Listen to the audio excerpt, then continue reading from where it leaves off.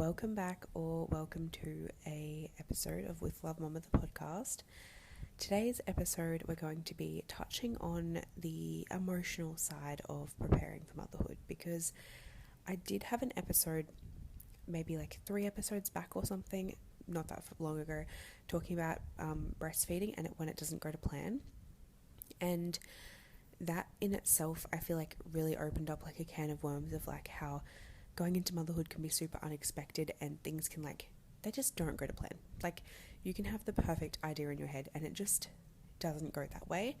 And it doesn't mean that it doesn't go perfectly, but it also is just like, I don't know, something like my partner Jai always says is parenthood is expecting the unexpected, because then you never get anything unexpected. And it's honestly so true, because, you know, you think, like, I'll use an example of like the other day, we literally out of nowhere, Kodak just like was went to bed and cried out, and he's like thrown up, like he cried out. I picked him up out of his cot when he was like half asleep, passed him to Jai. No, okay. Me and my baby brain. Okay, not that this even really matters, but it's just to like put it into perspective, I guess. Is he cried out, and then as I got into the room, he had done a little vomit in his cot. So I yelled out to Jai. Jai popped in. Jai's holding Kodak, and then as I passed Kodak to Jai, he just like throws up. It's just funny because Jai has the weakest stomach, so like he literally can't handle it. He starts like throwing up himself. Anyway, and I passed him Kodak to Jai, and then he's thrown up like everywhere, all over Jai, all over the carpet, everywhere, and they've just like gone and jumped straight in the shower, and I'm just there like scrubbing vomit out of the carpet and like changing his cot sheets. Also, I have like a hot tip for if you don't do this, or if you're pregnant and you're like wanting tips, always have mattress protector sheet on your cot, because in moments like this, or like, you know, the middle of the night, if they wet the bed or something happens, it's so much easier to just rip off the sheet and the mattress protector, and they just sleep on like a sheet on the mattress for that night until you can clean everything, rather than like having to remake the bed kind of thing. Anyway, I digress. So they've jumped in the shower. I'm like scrubbing everything, cleaning it, but obviously like Kodak was half asleep. I couldn't get the whole carpet cleaner out of the cupboard. Like, we have one of those like shark like machines that like cleans the carpet. Obviously I couldn't go and get that out at night. And so anyway, they had their shower. Kodak went back to bed, drifted straight back off to sleep because he was exhausted. Obviously something he ate had just upset his stomach. It happens sometimes with kids. Anyway, and I looked at Jai and I was like, wow, tomorrow I had so much time free to like get a bunch of stuff done for just like home, and I had some stuff to do like for the podcast and everything. And because Jai's home on Sundays, it's like perfect timing if I want to catch up on stuff. And I was like to him, isn't it so interesting that I had this whole plan in my head that I was going to get, you know, a 2-hour working block done, and then like a 2-hour meal prepping home stuff done, and now I'm going to be spending half my fucking day scrubbing vomit out, like deep cleaning the carpet, because, you know, you got to like scrub it properly and like whatever. And then that's sort of like when we're having the conversation around, nothing ever goes to plan. You just have to expect that, like, if you have a really big day tomorrow, your baby's probably going to wake up all night, or things just always happen like that. And it's just adapting to that. And I think that's also where this like emotional preparation for motherhood comes in, because we focus so much on the physical, like, you know, preparing for birth physically or the baby, but it's so rare that we actually focus on like the mum emotionally. Oh my gosh, guys, I'm losing my breath so bad because I'm pregnant. It's actually ridiculous. Okay, I've got my breath back. So it's so much like, you know, where we focus on preparing for birth physically, or like the baby, or like all of this stuff, but actually where is the space for focusing on the emotional side of it for the mum, or the spiritual side of it, or the energetic side of it, if we want to get a little bit woo-woo. And this actually starts in pregnancy. I'm sure if you are pregnant, you feel that connection to your baby growing inside you, right? And it's not like the connection I'm referring to is not it's not the physical movements and the knowing that they're in there physically. It's the actual, like, the moments in when your baby connects with you through your mind, and you actually are like, oh my gosh, I feel like my baby is a boy, or I feel like my baby is a girl. Or when you're like, that name doesn't feel, like, you can have a list of baby names, but they just don't quite feel right. And there are those moments where, like, your intuition's kind of like, it's your baby speaking to you through your intuition, but also your intuition as a woman is, like, so heightened when you're pregnant. It starts here in pregnancy, and it doesn't stop. Like, it actually continues in motherhood.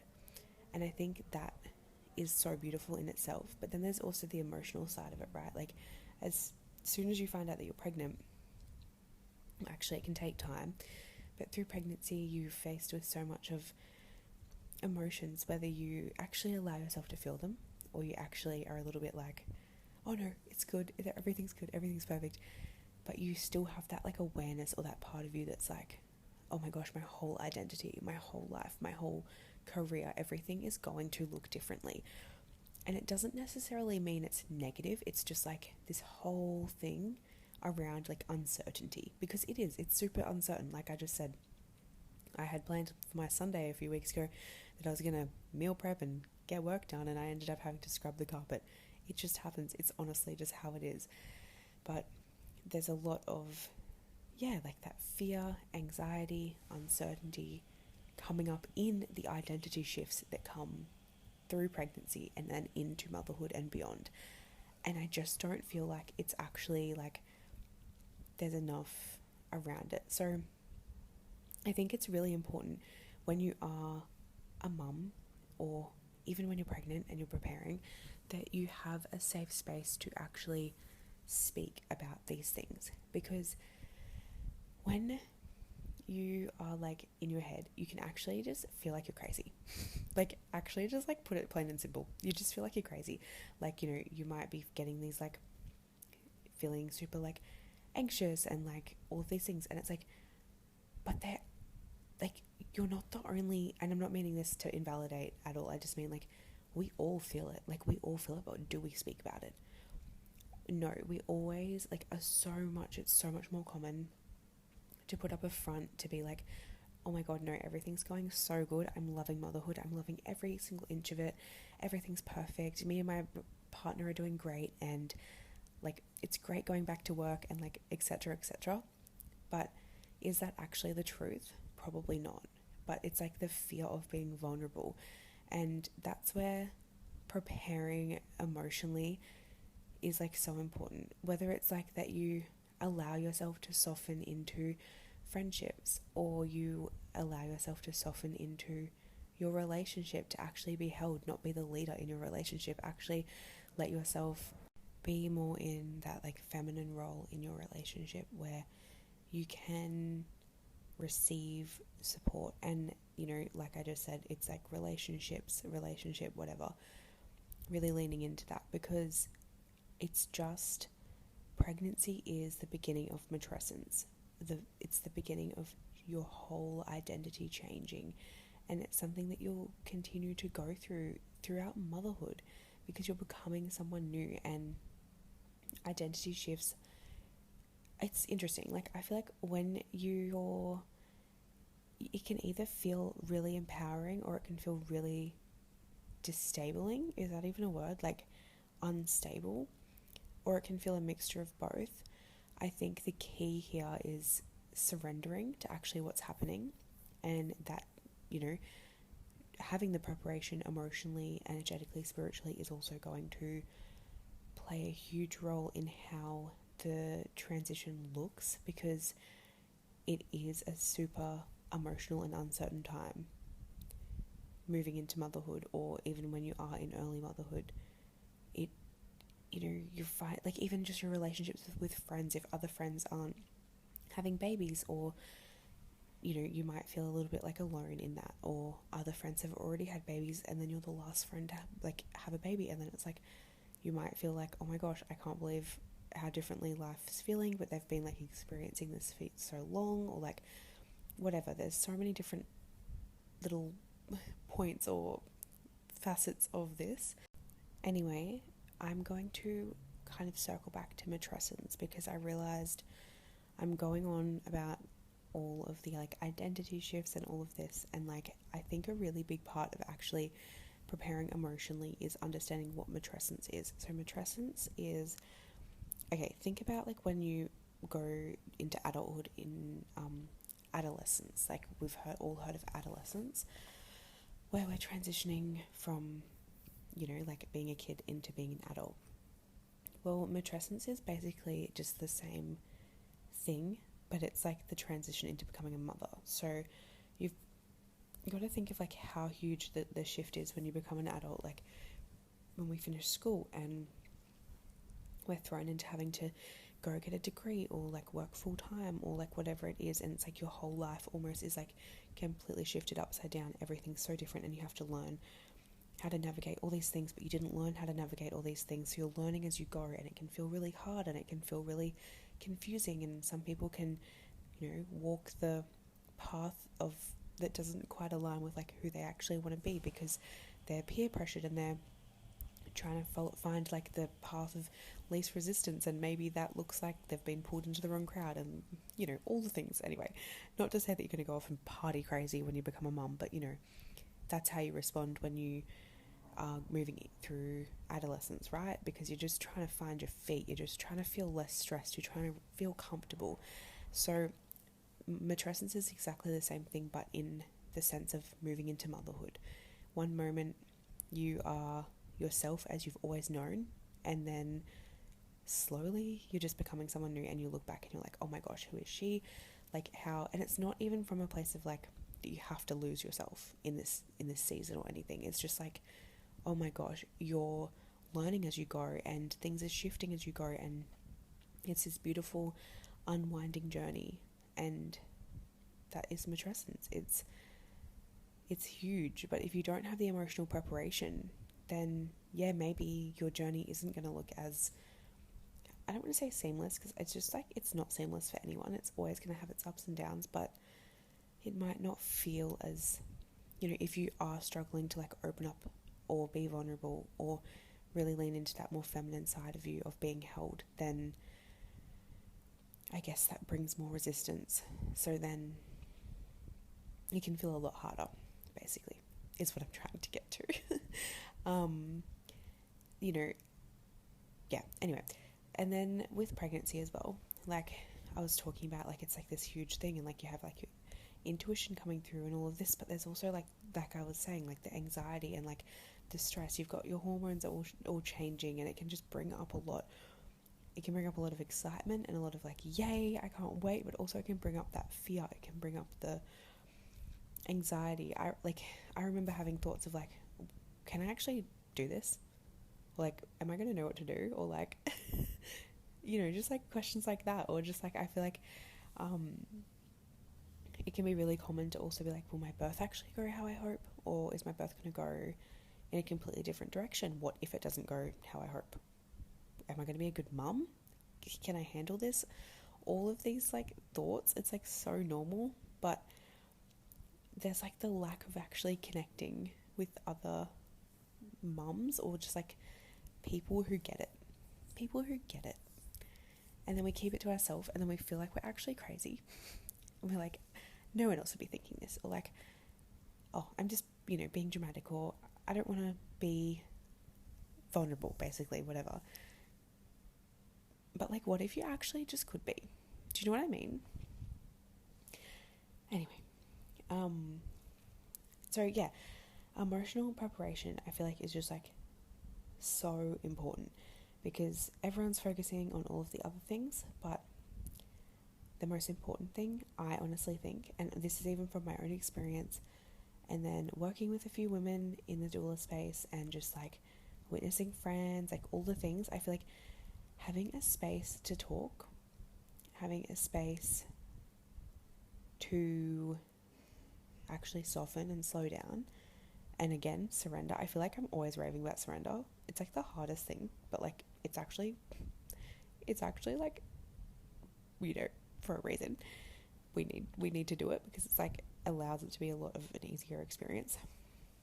And then I feel like also like space to just feel supported by other women who actually understand, because sometimes as well you can like talk to people about it, but like they just don't get it because like they haven't been through it, and it's just kind of like, okay, like you're a good friend, but now like you're actually a good friend for like talking to about my career, but like maybe not this. Do you know what I mean? It doesn't mean that people in your life aren't good enough anymore, or that you have to like outgrow them, but it can just mean that you sometimes like need different people for different things. And I think it's also important to remember that like we always hear about the village, right? Women gathering in circles and like having their village to lean on, who like they'd all support in different ways, different roles. Like the one woman wasn't doing it all. And this has happened for most of human history. It's just didn't happen in isolation, but now it does, and we isolate ourselves even more because we don't talk about it, and we just go into motherhood and we're like super prepared for the baby. We've got all the clothes, we've got the nursery set up, we've got all the things, but then the mum is just here like, holy shit, this feels so intense. And this can ripple for years postpartum. The lack of emotional preparation, it can like, you see it in the older generations, like they still have wounds from early postpartum days bloody 30 years later, because they didn't get the experience that they needed. They didn't have the emotional preparation. They didn't know to have the emotional preparation. They didn't share the stories. They kept it to themselves. They kept their head held high. They didn't get to support one another because they were too busy with their head underwater supporting their own family. They, like it was just like, it's so different anyway. And like I feel like this generation, like we're definitely like shifting out of it, but there's still a lot of that stigma around like not being vulnerable. But like I said, we had like the red tent, we gathered in circles, we had community, we had our village, we had all the things, and that allowed us to also prepare emotionally. And I think that's a huge thing if you're preparing emotionally for motherhood, is like actually getting yourself in spaces where you feel like you can nourish yourself and actually like connect in, slow down, reconnect with your body, reconnect with your baby, outside of filling up the nursery and making sure all of your checklists are completed and getting all your tasks done at work before you go on maternity leave. Actually just having a space to feel supported instead of feeling like you have to figure it all out alone. So yeah, I just feel like emotional preparation is just huge. And like I'm really grateful to be going into my next postpartum with a lot more emotional preparation and understanding around what actually is like supportive for me emotionally, having a deeper understanding of matrescence, and also that like I feel so like I have so much trust, and I feel like I did my first time really, but like so much trust in my intuition and just understanding like it's not just about the physical, it's actually so much about the emotional, because the emotions are what we feel. So like if we're not feeling good, like it's not going to be like feel good at all, right? But I just also wanted to do like a little soft mention of like I am on April 11th on the Sunshine Coast at 3 p.m. at House of Alchemy, holding a little intimate women's circle for women preconception, through pregnancy, or even postpartum. And it's a small, intimate afternoon. We're going to be gathering together, slowing down. Honestly, it's going to be so chill. It's not like woo-woo. It's not like you have to speak in front of everyone if you don't want to. It's nothing like that. It's just sharing some ceremonial cacao, some gentle breath together, and just having space to be supported in this transition and to actually like see like you're not alone, and like also making those connections for this phase of life. Because like I said, you could have friends who, you could be the only friend in your group having a baby, or potentially all your other friends have like toddlers or older kids and you have a baby, and it's like you're just not feeling like you fit in anywhere. And like it actually just happens, and it's just like fine, because it's just an opportunity to find your people. So if you would like to come along, I'll leave the ticket link below. And yeah, I feel like it's just going to be a really nourishing space, whether you are pregnant or you're already navigating motherhood, whatever. I'd love to have you there. And yeah, I feel like my baby brain, I'm like, I really hope this whole episode made sense. Because like I literally just like ramble, and then I'm like, I probably repeated myself 20 different times. But yeah, thank you so much for being here. And I just want to remind you that if you are pregnant or you're moving through like early postpartum, I just want you to know that like emotions are nothing to be shameful about, and you're not experiencing something that you have to like push away or like navigate alone or anything like that. Like it's a huge freaking transition. Like it's so big, and you do deserve to be supported through it. So I would love to connect with you, like whether you want to come along to the circle, I'll leave the link below like I said, or if you'd like a one-on-one session, just find me on Instagram. I've got it all linked below. I'd love to connect with you. I'd love to chat. I'd love to hear how you're finding the podcast, and I would also love to be back in your ears next week. So I'm going to go so that I am not continuing to ramble over nothing, but love you so much and thank you for being here, and I will talk to you next week.